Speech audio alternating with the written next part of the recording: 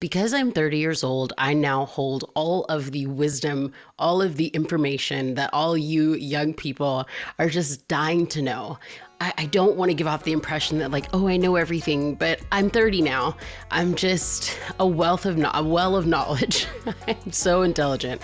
And I really wanted to share with you guys 9 things that I learned in my 20s, that I think were really beneficial to surviving my 20s.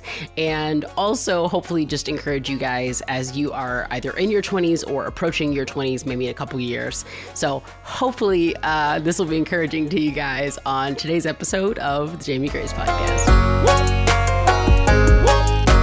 Good morning, good night, and good welcome to the Jamie Grace Podcast. Hi, I'm Jamie Grace, and this is a show where I bridge the gap between pop culture and mental health, 2 of my favorite things to talk about ever. And hopefully I can encourage you guys, make you laugh, and start conversations about how the things we love impact the way that we are and the kind of humans that we want to become. Today's episode, every couple weeks, I like to do some kind of like a list of just like growing up and adulthood and finding purpose. And occasionally, I'll talk about my own journey of like just becoming a grown-up in faith as well. And so I hope that you guys are encouraged by today's episode. Hope you maybe even laugh a little bit. I don't know, maybe you won't laugh at all, but I'm glad you're here. So thank you so much for coming. Today's episode is dedicated to my kid, Isabella. I don't know if you guys will be able to hear her at all in this episode. She's 2 years old. She's upstairs with her awesome babysitter right now. And I think Bella's doing gymnastics because all I hear is gymnastics, and then I hear her babysitter going, whoa. And it's just the sweetest sound to just know that she is just living her best life up there. So the loft is right up by my office, and who knows what kind of audio will show up in today's episode. So I am super pumped about that, that she is having a good time. But let's jump into this list because I think that, I've got like 9 things, literally 9 things on this list.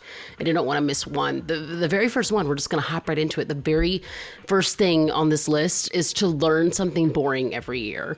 Even if it's not something that you think will be applicable to your everyday life, to, who you become in the future, just learn something boring every single year.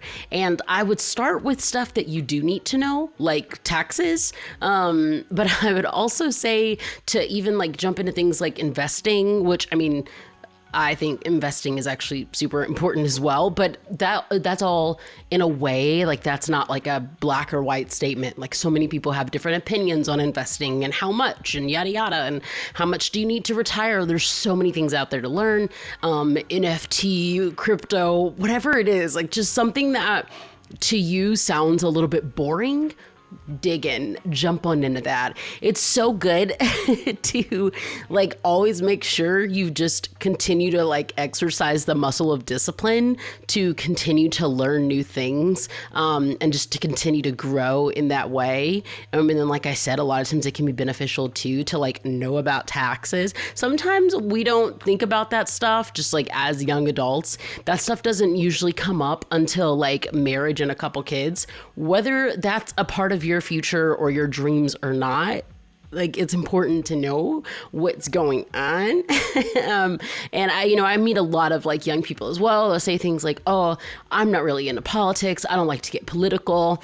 And I think like a lot of people don't realize like this is going to sound like such a local mom, but like politics, like that's a part of like, is there going to be a stop sign like on this street where like your kids are going to play, and like, what kind of resources are like allocated and given to like the homeless people in your community, or so there are so many different things that like politics is like not all, it's just not all as big and scary as it seems. Sometimes there's just a lot of boring behind the scenes logistics that are still something worth exploring and figuring out. But on that note, number 2 is to learn one random, almost risk-taking thing every year. And sometimes you can kind of center this around your birthday because your birthday might be like, hi neighbor, yeah, it's a studio. Sometimes your neighborhood, your birthday can be like a good launching point for doing something almost risk-taking. And so what I mean by this is like some of the things for me, like I became a certified kickboxing instructor like 4 years ago. I considered going to culinary art school. Didn't know that was going to be like $1 bajillion. So I was like, hard pass on that. Sometimes like you'll meet somebody like in their 30s and 40s and they'll be like, yeah, like I was on The Price is Right when I was 21. So like make that your life goal 1 year to like get on a random like super cool game show. Just like try to pursue something fun. Rock climbing. I got into rock climbing 1 year. I did it for like 3 years. I've always loved rock climbing. I mean, I had like the shoes and the harness and then the thing for the chalk. I had all that stuff. I was very obsessed with rock climbing. And so, are you like, is this like an Uber situation? Oh, okay. Well, as long as you guys know each other. This isn't okay. Anyway, I'm way too, it's like, I'm too nosy for my own good, but like, you're like, also somebody's got to be neighborhood watch. And I am devoting myself. So yeah, learn a boring thing every single year. Learn a fantastic, beautiful, amazing thing every year as well. Like learn how to draw, learn how to ice skate, learn how to ski. That is just always a worthy thing to try something new. Take a chance, take a risk, and break away. Am I right? The queen said it. Number 3, be okay with relationships ending. And this isn't to say like, look into your life and figure out who's not going to be around in 5 years. Like that's a Debbie Downer. But understand that that's actually going to happen. Like some of the people that you've known for a long time may not be your close friends into your late 20s. Some of the people that you've been really close to, you might just have a little bit of an off season and then you come back together. There's so many different variables. 2 of my closest friends I've known since kindergarten, but we weren't the only people in that kindergarten class. And so there are people that you grow apart, and it doesn't always mean, I said this in my song Best For You that I wrote for my daughter. It says how I can't think of how the song goes, but there's a line in there that talks about how sometimes relationships will end and it might be their fault, it might be your fault, it might be no one's fault. Sometimes we grow up and we grow apart, especially when we're talking about romantic relationships. You might get in a romantic relationship, or one of your close friends does, and that changes the dynamic of your friendship. And that doesn't always mean right or wrong. It doesn't always mean good or bad. Somebody might move, or somebody might have a major change in career. And there's so many different variables as to why friendships change and as to why relationships change. And a lot of times we always see that as a bad thing, but sometimes it just means that you're growing and you're just growing in different directions, and that's okay. So just kind of start to do that emotional work of just preparing, like, mentally, of like, okay, like I'm gonna be okay. I'm not gonna, fault this person or blame this person or blame myself. And what did Destiny's Child say? I'm not gonna talk bad about you on the internet. However it is that they phrased it, like, it's gonna be okay. These things, they happen, and it's gonna be okay. So number 4, I say to start doing things differently than your parents did. So look at the way that either your parents raised you or your grown-ups raised you, and look at some of the choices they made. Not to make a PDF and send to your therapist, unless your therapist requests that. I hope not. That's a little dark. But make a list of even a mental list of things that okay, I don't know if I want to make the same choice that my parents did. I don't, know if this disciplinary choice, my parents were doing the best that they knew how, but I know differently, and so I'm going to make different choices. Number 5 is to start consciously doing the things the same way or very similarly to how your parents did. And I think both of those things are just as important. So I'll share a couple of positive things. And of course, I've used this example many times before, and I'm okay with that. But so my husband and I, when we started, when we realized we were pregnant, we started having these conversations, what are some things that you wish you could change about the way you were parented, and what are some things that you want to take with you as a parent? And one of the biggest things for him was sports. His family knows how to do sports. He plays basketball here in Arizona, and I was gonna say where, but I mean, I don't think you guys will come stalk us, but let's just pretend. Just kidding. He does whale swimming out here in Arizona, and his parents, like we're like grown-ups living grown-up life stuff. His parents like flew out here to come see him and the whales do their synchronized swimming. Wink, wink. Which was so cool because that's his family. They know how to do sports so well. I do not come from a sports family, so it's really cool to like see that and to even just like hear so much about sports culture and stuff like that. Like smack talk. Have you guys heard of that? Because I grew up thinking smack talk was like your toes, you dance funny, like, but like smack talk, oh my gosh. I'm like, no, don't say that. You can't, that's not nice for his mental health. You have to like give him like a coupon to Faithful Counseling now. faithfulcounseling.com/Jamie Grace. But anyways, like sports culture is a totally different culture that I just did not grow up in, but it's one that like we're both like, yeah, like let's like that should be our family. And we've learned so much of that based on his upbringing. And then for me, like, I mean, it's very much arts culture, music and arts.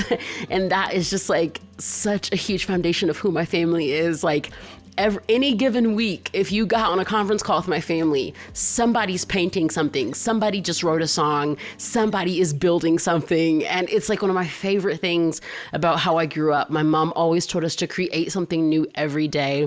A lot of you guys know my sister is the world-renowned poet and artist, Morgan Harper Nichols. That is how we were raised. And of course, Morgan's made amazing choices as an adult to be who she is. But one of those choices, and she'll say this as well, one of those choices is looking at how we were raised and being like, oh, one of the things that I want to take into my own life is just a foundation of art and bringing creativity into our home. If you want to hear more about that, I have a message from a church that I was at called The Grove. I might share that on here on my podcast in a couple weeks. I might do that. That sounds like it could be fun. But yeah, so kind of like look at how, it's not always about parenting, but you were parented and that affected who you are in many different ways. And so kind of look at that and reevaluate that and be like, I think I want to take this into, my own life, into my own adulthood. I liked that my parents did this. I liked that my parents lived there. I want to change this. So I think it's a really good thing to look back at some of the things that you love. And I keep saying the same thing in circles. So we're going to move on. Number 6. Here we go. Number 6 is to reassess the goals of your 20s. So goals of your 20s, right? I'm talking about before you were 20. So if you're not 20 yet, like if you're 14, 15, now I have to say all the numbers. If you're not yet 20, this is especially for you. Just always, kind of reassess those goals that you made for your 20s. So one of mine, like for example, I really wanted to own a house in my 20s. I wanted to graduate from college in my 20s, and I want to start drinking alcohol at 21 because I really like following rules. And I was like, well, that's the age that everybody starts drinking alcohol. So obviously that's when I'm going to wait to start drinking. And first and foremost, I'll just say a quick disclaimer, like don't drink when you're not supposed to. Just don't do that. Like let's not break the law, guys. But what I'm getting at is that when I got closer and closer to 21, I realized the only reason that I wanted to drink is because that's when the law said that I could. And that felt like such a stupid reason to do anything. So I didn't drink when I was 21. Because I was just like, this seems like a waste of my time. I actually went to a concert, and then I went to like this really fancy restaurant.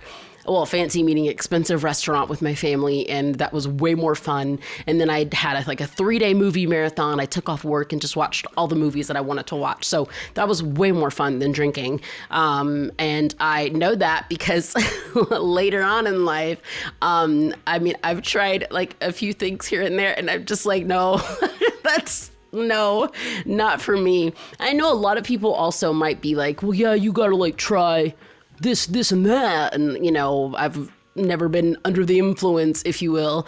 But it's not for me at all. And so the reason why I say to reevaluate those goals of your 20s is because sometimes you can like kind of romanticize or like idealize, like, I don't know if that's the right word, but things that seem like they'll make sense when you get older, right? It's like Olaf is, this will all make sense when I am older. And he has this concept of just like, oh, when I'm older, it'll all make sense. But really, we all know that no matter how old you get, there will always be things that don't make sense. So we don't have to obsess over growing up and getting older just so certain things can happen, because it's possible that we don't even want those things to happen. Now, home ownership, that is something that happened in my 20s, and I'm really glad. I'm really happy that happened. But also, I am no more or less like joyful and happy and content as a person based on owning a home, if that makes sense. It's still not where I found or find my value or my worth. Same with having a college degree. The best parts about having a college degree, one, the school I went to, Point University, it's great. I love my alma mater, I don't know. I love where I went. Great school. But the best part, the second best part of having gone to college is being a full-time musician, having colorful hair, looking 15, and like people being like, oh, well, you don't know nothing. I'd be like, well, according to my bachelor's degree. That's the best part about going to college, is like rubbing it in mean people's faces. Or sorry, second best. The first best is my degree and all the education. But I don't know what I'm talking about. Oh, yeah. So, sometimes these things can like still be great, and you can still have great life experiences. Like I said, I don't regret college. I'm glad I own a home. I love my life. I'm grateful. But when it comes down to like true values and morals, like a lot of the material things and a lot of the surface level things that we think are going to make us happy or make us feel content or successful, they don't truly matter. So yeah, set some goals. That's a really cool thing to do. And like I said, don't break the law, but please don't allow yourself to feel defeated if you don't reach all those goals. And also try not to put all your hope and trust in them, because that's not where true joy is found anyways, and it's definitely not found in a number. So the next thing that I'm going to say, number 7, I just put take naps. All right, number 8, this is a really easy one to do, so this is definitely for all of us, myself included. Don't treat every 15-year-old like a 9-year-old, and don't treat every 50-year-old like a loser. Now, it's actually kind of hard for me to treat old people like losers, because I love old people. Also, 50 is not that old. But I used to think 50 was ancient. Like, oh my gosh, you're 50. And now I'm 30 and I'm like, oh, that's literally around the corner.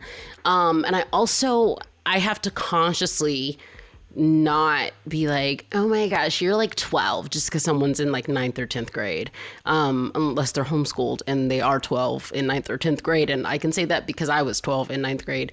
But it's so easy to fall into the cliches of like, oh, you're younger than me, so you're a baby. You're like, oh, you're born in 1999. Whoa. It's so easy to fall into those cliches, and sometimes they're fun jokes because everybody's having a good time, but just be mindful that humans are humans, and every human has value that they can add to the world. And even if they're not, just because they're not your humans, and because, they're not in the age bracket of your close friends, doesn't mean that they're not valuable, wonderful, beautiful humans. And so I try to remember that, especially when I'm talking to younger people, so that they don't think that I'm losing my mind over the fact that like they were born in 2000 and something, or they don't know what a CD player is. I try so hard to not seem like judgy of younger people. And it's hard because it's just a natural ingrained part of who we are. But again, these are your people. You're making jokes, having fun. Everybody loves it. Cool. But just be mindful of that. And then number 9, I have return to the beauty of childlike faith. So as a follower of Jesus, this is a double meaning for me. But even if you don't have, like a Bible that you like read, or if you don't call yourself a follower of Jesus, like this is relevant in so many different ways. We took our daughter recently to Disneyland, and everybody, a lot of people will say don't take kids to Disneyland, and then a lot of people will say take them because even if they don't remember it, it's for you. And that's 1,000,000% true. I just had this like stressful feeling to like check on my laptop behind me and see if it's recording, and it's on a screensaver. So if you're hearing this, let's just say yay really quick. But, we took our daughter to Disneyland, and just seeing her face like light up as she's seeing like Olaf and all these people in real life for the first time, like she was just so amazed and just so filled with wonder. And she really believes that they're so cool and that anything is possible. And returning to that as an adult, especially in your 20s, is a beautiful thing. I know I kind of made a comment about politics earlier. It's like, if we look at the world, if we look at, and again, this is not me talking exclusively about like DC politics, but if we look at, the brokenness in our world and the pain in our world, it can oftentimes lead us to believe that like nothing is good and that nothing is real. There's a particular pastor by the name of Adam Weber, and I had him on my podcast a couple weeks or months ago, and my sister was on his podcast. They talked today, and Morgan called me after, and we just talked about how he has just restored so much of our hope in as a pastor. Now, granted, we know lots of amazing pastors, our mom and dad included, but there's also been a lot of messy ones. And he has just been one of those pastors. We don't even know him personally. We've just done podcasting. We've become like Instagram friends with him. And he's just encouraged both of us so much just by who he is as a person. And I think a lot of times, like when you're a kid and you see someone doing good for one of the first few times, you really do just like always believe that people do good until you realize that some people just don't. And so I say to return to childlike faith because children have such a beautiful and natural ability to believe and to hope and to trust. And it's a beautiful thing when we can like honor that by returning to that. And then again, as a person of faith, the Bible even talks about that. So man, I could rant on that for days, but that's just something that's really special to me. And if you have a kid in your life, your kid, niece, nephew, you see it, right? Like you see the wonder and the joy that they get about the simplest things in life. And that's a privilege, and we should try for sure to, I don't know, be like the cool kids. I wish that I could be like the cool kids. Get it? Did you get it? That was a song, and you better have gotten it. Oh, I had like a whole joke in my head, and like it didn't really pan out, and then it just got kind of weird. Thank you guys so much for being here. Real talk though, thank you guys so much for listening to the podcast, for watching the podcast on Spotify or YouTube. This was a little bit different because there wasn't as many like breaks and transitions as before. I would love to know in the comments like what you guys are thinking about this. In the background, you can hear some like lo-fi music. If you like that, then you should definitely go over to my YouTube channel where you can hear hours of just like lo-fi study music and stuff like that. You can also go over to my Spotify and hear music with my singing voice on it. Why did I phrase it like that? Because I'm neurodivergent. That's why. So thank you guys so much for listening today to the Jamie Grace podcast, for watching today. Also, they added a new thing over on Spotify where you can do 5 stars. So if you liked this or even loved it, if you could go give me an honest review over at the Jamie Grace podcast on Spotify, all you have to do is click how many stars. I can't tell you to give me 5 stars, but I know my worth. I know my value. So, do what you feel led to do. Have a great day, everybody. Don't fart too much in public, but don't hold it in. I'm at Jamie Grace H on Instagram, and I'm also at the Jamie Grace podcast, but let's be real, I need an intern. So somebody DM me and and fix that Instagram page because it's weak sauce. Okay, enjoy the music. Okay, bye. Hi, I'm Bella. Thank you so much, Liz. My Bye you and bye. Bye so patient. I'm changing my music. Just listening. Okay, bye.